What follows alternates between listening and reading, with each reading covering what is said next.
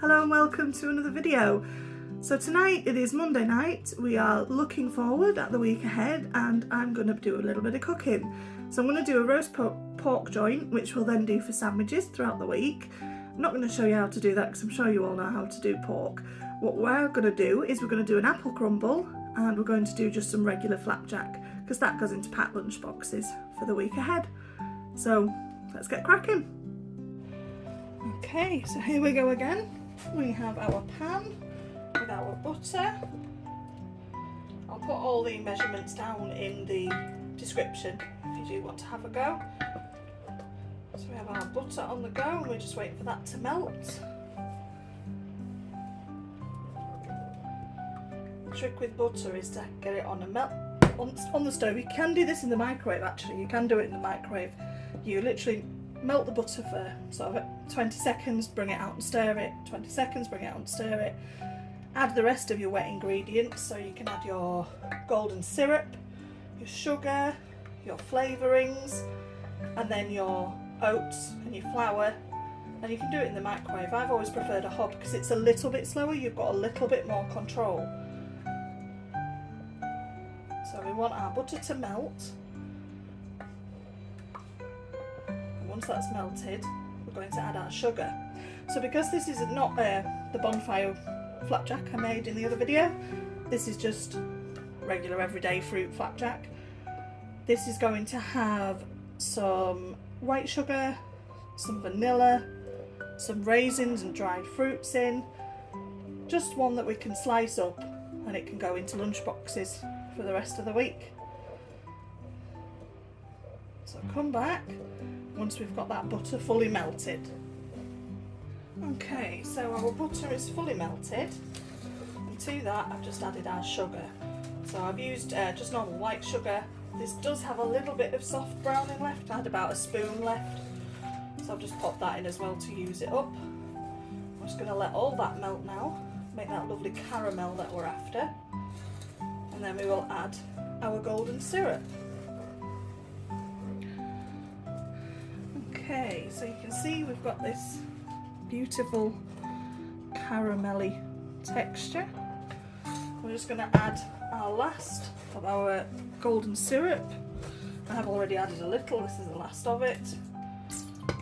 Again, if you look for measurements, they will be in the bottom. I'm just going to get that incorporated, and then we will add our dry ingredients. So I'm just going to give that a stir. Start to turn it down now. Okay, move it off the heat in fact. And we are going to add our dry. So into this bowl, here we are, we have our oats, we have our fruit, there are raisins in there, some self-raising flour and a little bit of mixed spice just to give it a little bit of something. So we're going to add that bit by bit, come back when we've got it all mixed in.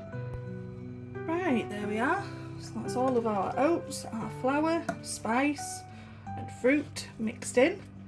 So what we're going to do is pop that into our baking tray, already greased and lined, and that can go into the oven for half an hour while we sort out our apple crumble.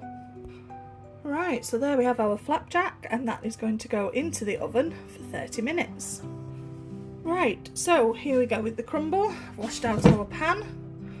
And what we're going to do into that is we're going to put some apples. So usually I would use bacon apples, Bramley apples, however I don't have any of those, so I'm just going to use normal apples. What we'll do to counteract that sweetness is we'll use less sugar, because normal apples aren't as tart as Bramley apples, so you need less sugar. You'll still get that apple taste. So I'm going to peel and pop those in and I'll be right back. Right, so to our pan, which is now on, we have peeled and chopped our apples. We've added a little bit of water and some sugar. And we're just going to let that start to cook down to soften the apples, and then we can add our spices. Okay, so while the apples are simmering down, we're going to make our crumble topping. So to this is about 1.5 cups of plain flour. You don't want self-raising, because you do not want this to rise. To that, we're going to add about probably about 100 grams of butter, which has been softened at room temperature and cut into cubes. Okay, so I have our butter in. So what we're going to do is we're going to rub the butter between our fingers with the flour to make like a crummy texture. At first it seems like it's not doing much at all, but as you work at it, it will make breadcrumbs. It does take a while. I'm not going to film the whole process, but I will show you when we get to the end what it looks like. So as you can see, this is starting to make a more crumbly texture. The movement we're going for is this. You just want to rub it between your fingers and your thumbs to make that turn into a crumb. Again, it takes a while, so be patient. Once you've got this action down, once you're able to make a crumble, it's only a couple more steps to make pastry. Pastry starts with a crumb, very similar to this.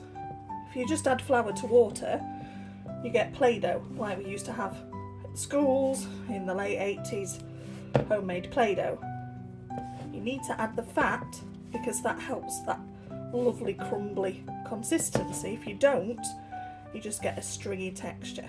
So I'll just finish this off and then we will add our few other bits. Okay, so you can see we have this kind of crumbly texture now. So that took about 7 or 8 minutes just to rub all that through. If you shake the bowl, any large bits of fat will come to the top, but I've only these little crumbs, which is kind of what we want. So to that we are going to add just a normal little bit of granulated sugar, I think it's called. Again, just to add a bit of sweetness to the topping. If this was pastry, this is the point that you would add some confectioner's sugar, icing sugar, because it's smoother. But because we've got a crumble topping, we want it to have that grainy consistency. Right, there we go. So that is our crumble. Time to turn our attention to our fruit and check on our flapjack. Okay, so I've just checked the flapjack. That's nowhere near yet. But you can see our apples are starting to soften. So to our apples, we've already added some sugar. I'm going to add a little bit of vanilla and a little bit of cinnamon. Apple and cinnamon is the autumn flavour. I'm just going to let those finish cooking down. You don't need them fully cooked because obviously it's going into the oven, but you do want it to have some form of softness before it goes in, so that it kind of cooks at the same time as your crumble topping. Okay, so I've just added a little bit of dried fruit just to bulk it out a bit. I'm just adding a couple of tablespoons of corn flour and water because we want it to sit in a thick sauce. We don't want to lose any of that lovely appley taste, but we also don't want it too wet, otherwise it's just going to all soak through and your crumble will sink into your fruit. So we're just going to let that cook through and then we will layer our crumble. Right, so our fruit is cooked. It's got a nice little sauce with it, so we're going to add that to our bowl.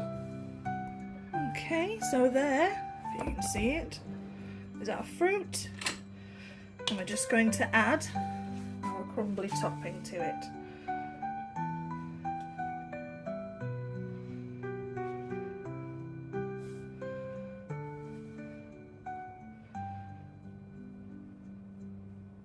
Just need to make sure that your crumble covers all of your fruit and is in a nice even layer.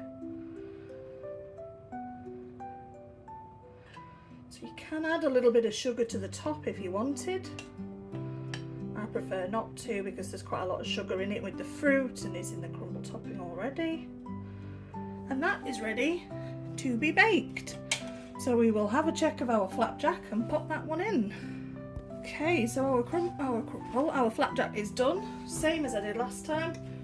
Just going to run a knife around the edge, just to stop it sticking too much. that will be left to cool. So that's going to sit at the back now and cool off while our crumble cooks. Okay, here we are. Our crumble is done. It's got a nice golden brown on top. Our flapjack is done. The pork is in the oven. So the next time you see us will be Jason's taste test when he's home from work. Thanks for watching so far. Again, I'll put all the recipes and measurements in the description. Any comments, pop them underneath and I will try and get to them. Let's have a look at the taste test in a little while. Okay, so we're back. Here is our expectant observer. Crimblecrumble. Jay's going to give our crumble a try. Is it hot? Shouldn't be. Custard will be though. All up there. Committed. Boy,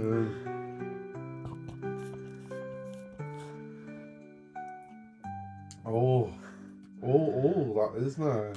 Nice. Not that I'm shocked, but it's very nice. There's another spoon gone in, so it must be good. So thank you so much for watching. We will see you on the next one. Take care out there. Bye for now.